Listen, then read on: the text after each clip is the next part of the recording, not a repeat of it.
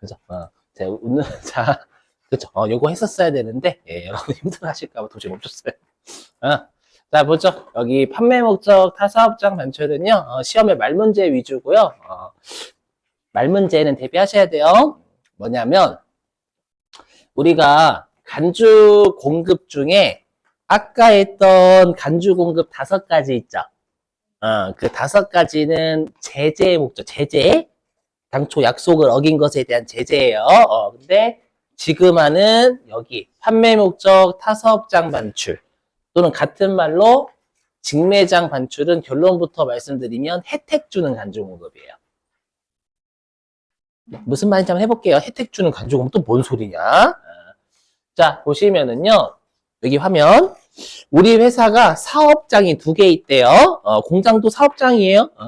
그래서 회사가 공장이 있어요. 그리고 직매장. 그래서 직매장은 대리점. 직접 판매하기 위한 매장. 그래서 반출이니까 출고만 시킨다라는 거예요.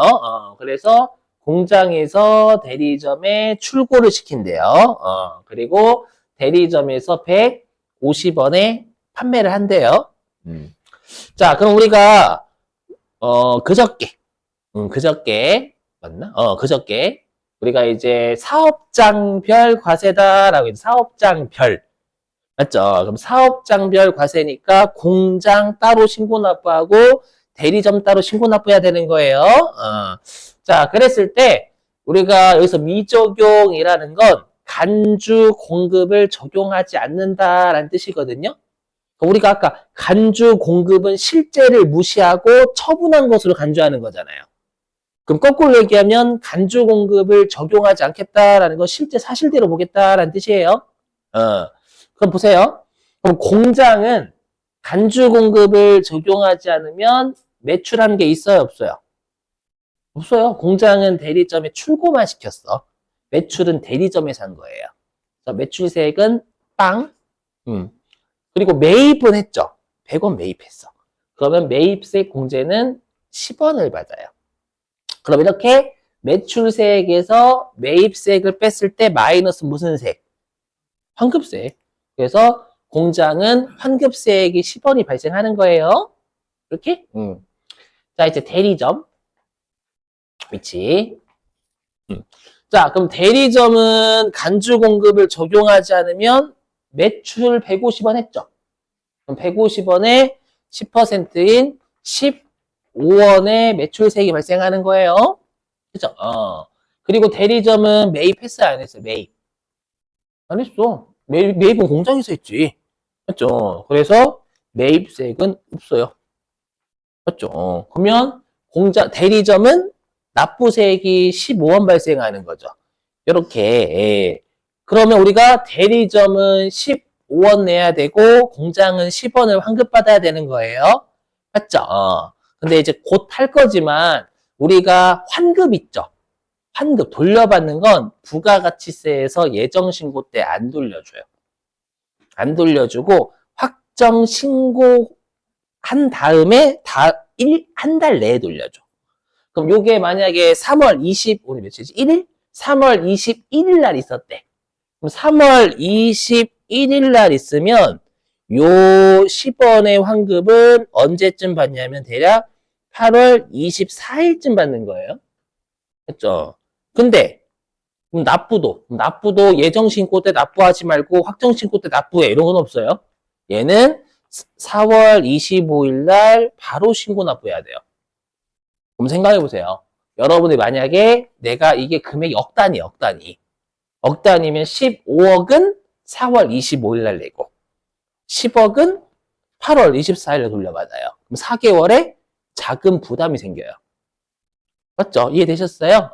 그래서 이렇게 사업장별 과세 원칙을 적용하면 납부는 바로 해야 되는데 환급은 확정신고 지나서 한 달 내에 돌려주니까 세금 부담에 자금의 부담이 4개월에 생긴단 말이에요. 그럼 내 입장에서 뭐가 좋아? 그냥 한 방에 5억 내는 게 낫지.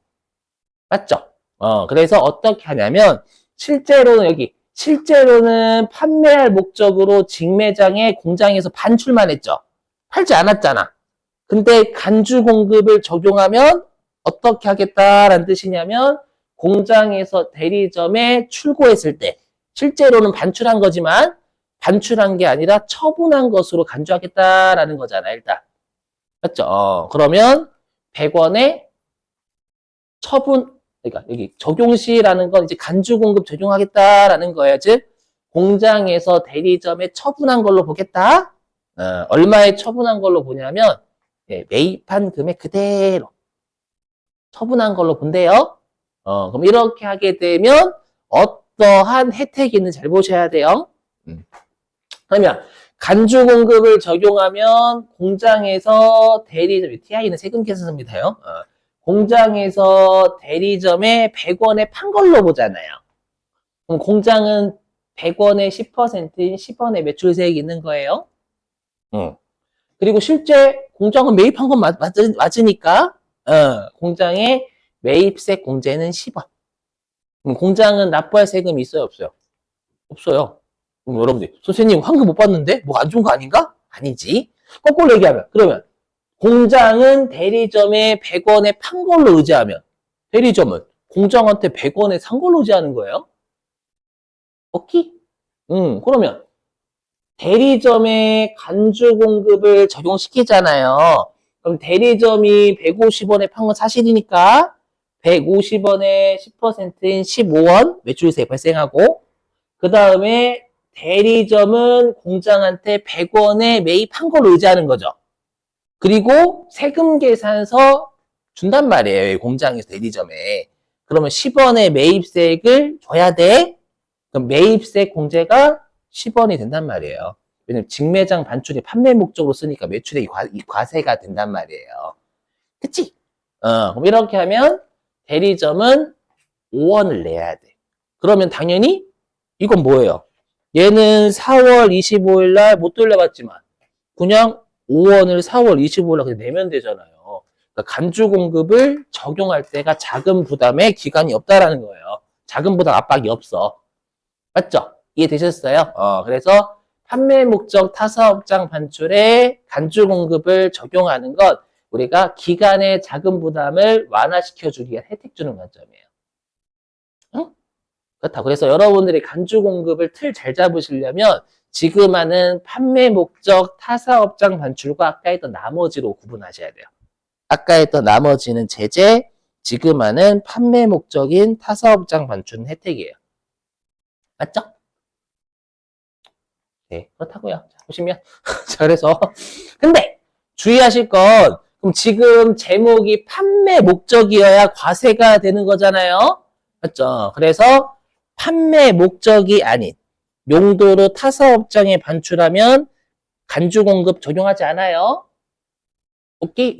그리고 우리가 사업자 단위과세 사업자와 주사업장 총괄납부 사업자의 공통점이 있었는데 사업장이 2개 이상이면 원래부터 2개의 사업장의 세금을 퉁쳐서 납부하는 건 공통점이었어요. 납부는 공통점. 몰빵.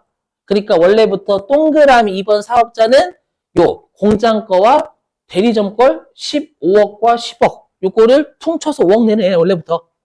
굳이 간주 공급을 적용할 필요가 없다라는 거예요. 아예 오케이? 이런 거 다 나와. 시험에 말문제로. 얘는 말문제 조심. 예. 자, 그래서 여기. 자, 그럼 얘는 특징. 특징은 얘는 세금 계산서 발급해야 안 해요. 얘는 해. 얘는 대리점에서 매입세 공제 받아야 되거든. 맞죠? 그래서 여기 세금 계산서 발급합니다. 아까 했던 판매 목적 타사업장 반출 아닌 간주 공급은 세금 계산 발행 안 했잖아요. 상대방 두드려 맞는다고? 여기는 내가 2개의 사업장이 있는 상대방이 없어. 두드려 맞는 게 아니야. 그래서 여기는 우리가 뭐를 입력하냐면 세금 계산서 발급하는데 10%로 과세하니까 유형은 과세예요. 세금 계산서 발급하는 10% 과세 매출. 그리고 아까 했던 간주 공급은 공급가액을 괘씸죄 적용해서 시가에 처분한 걸로 간주했죠. 여기는 이 100원이 뭐예요? 100원에 처분한 걸로 본 게 공장의 취득원가잖아요. 그치? 네? 이렇게 하면 저도 생각이 있어요, 여러분들.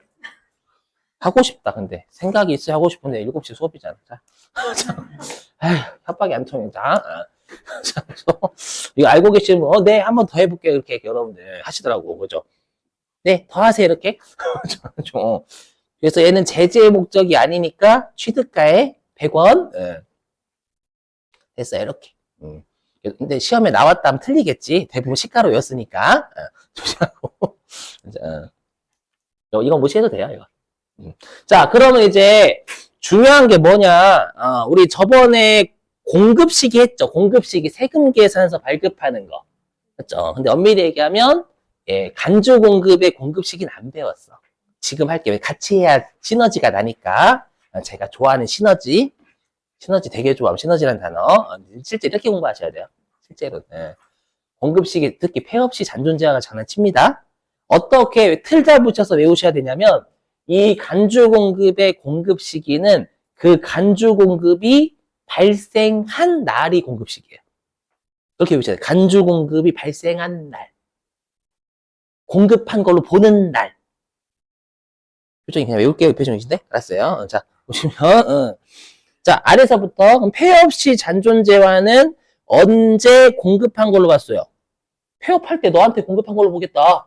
그래서 폐업 시 잔존재화는 폐업일인데 시험 어떻게 장난 정말 많이 쳤냐면 폐업 신고일. 이렇게. 조심하셔야 돼. 폐업 신고일 아니다. 폐업일에 처분한 거, 너한테 처분한 걸로 보겠다라고 돼 있었잖아요. 그 다음에 사업상 증여는 아까 거래처에 줄 때 처분한 걸로 봤었죠. 그래서 핵심은 증여, 또 증여하는 때. 방금 했던 판매 목적 타사업장 반출은 아까 공장에서 대리점으로 반출할 때, 반출 핵심. 반출, 요게 핵심. 그 다음에 아까 개인적 공급, 그 사장님이 청소기 본인 집 청소하는 데 썼을 때, 그 다음에 개별 소비세 과세 대상 요거는 비영업용 소형 승용차로 바꾼 거 있잖아요. 그거 예, 뭐였어요? 승용차 예, 데이트하는 용도 썼을 때 처분한 걸 간주.